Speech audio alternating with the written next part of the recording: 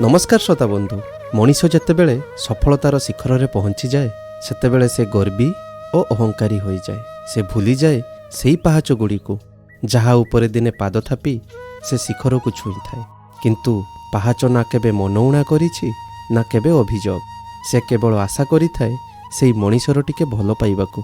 राजेश केबे भी भल पाठ पढ़ु नथिला, पढ़िबाकू बहुत चेष्टा करुथिले मध्य बहिर शब्द गुड़िक ता मन भितरु बाहरी जाउथाए जेमिति हाथ मुठारू बाली खसिला भली। राजेशर बापा जणे दिन मजुरिया, घरे केबे भी शांति न थाए। सबु बेले कली झगड़ा, आर्थिक चिंता और असुविधा। राजेशर किंतु जीवन रे एकमात्र शांतिर स्थान प्रताप सार तार पड़ोसी। संध्या हेले प्रताप सार राजेश को तांको घर को डाकुथिले। राजेश बही नहीं कि एठी के आसे, आमे आज आउथरे चेष्टा करिबा। प्रताप सार ट्यूशन करंती नहीं कि पैसा भी नियंती नहीं। प्रताप सारंकर राजेश सहित कौनसी संपर्क मध्य नहीं। से केवल जड़े दयावान मनीष जी कि राजेश मध्य थिबा छोट आलोक को देखि पारिथिले। से राजेश को बहुत धीरे धीरे पढ़ाउथिले, प्रतिटी अध्याय और प्रतिटी लाइन। परीक्षा समय रे बहुत रात्रि जाए पाखरे बसई राजेश को पढ़ाउथिले। राजेश असफल हेले साहस दियंती और अन्य माने हसिले ढाल होई राजेश आगरे छिड़ा हुअंती। एमिति भाबरे 10, 12 और कॉलेज रो पाठपढ़ा सरीगला। राजेश रो पाठपढ़ार खर्च प्रताप सार बहन करुथिले। पढ़ा शेष रे राजेश को बांगालोर रे गोटे बड़ चाकरी मिलिला। गोटे गरीब मेधावी पिला निज परिश्रम रे और प्रताप सारंको प्रचेष्टा रे बड़ मनीष होई परिथिला। एथिरे केवल प्रताप सार नुहंती, सारा गाँ लोके मध्य बहुत खुशी थिले। राजेश वर्षकू थरे घर को आसुथला। तार फेरिबा पथ को घर लोक छड़ा आउ जणे मध्य अपेक्षा करिथांती, से हेले प्रताप सार। 2-3 वर्ष एमिति बीतीगला। धीरे धीरे दूरताटा नीरवतार परिणत हैला।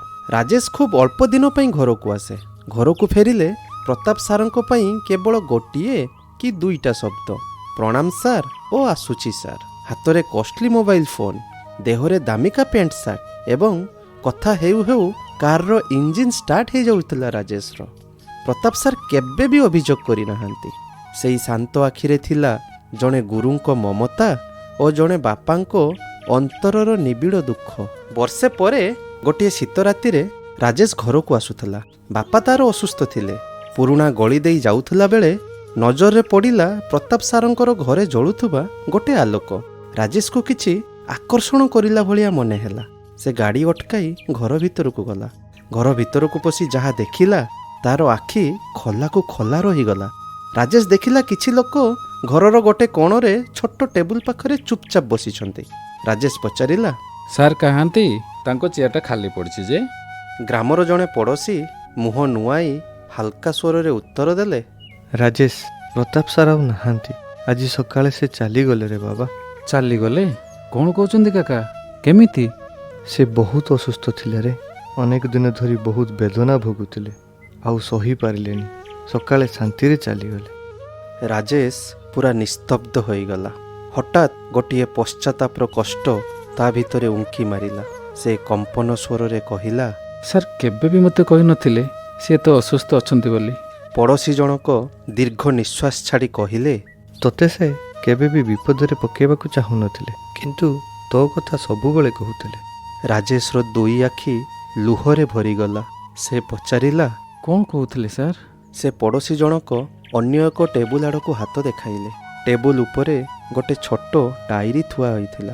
राजेश डायरी को देखिला, किंतु डायरी छुईबार साहस जुटाई पारु नथिला। बहुत साहस करी कंपित हाथरे डायरी को उठाई लौटाइला।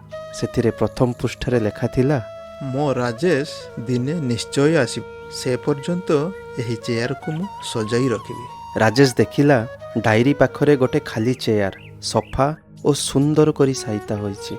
सते जेमिति से चेयरटी कहा अपेक्षा रे बसी अछि। राजेश रो आखिरु लुहर धार अटकु न थाए। पड़ोसी जनक कहिले, राजेश तू बहुत डेरी कर दिलु रे पुओ। आज सकाळे से चली जिबा आगरु कहिथिले आज राति रे मो राजेश आसीबो। सार केमिति जानि पारिले मु आसीबी बोली? समस्ते जानि पारंतिनी, किंतु जणे शिक्षकଙ୍କ हृदय जानि पारिथिला। राजेश डायरी रो शेष पृष्ठा खोलिला।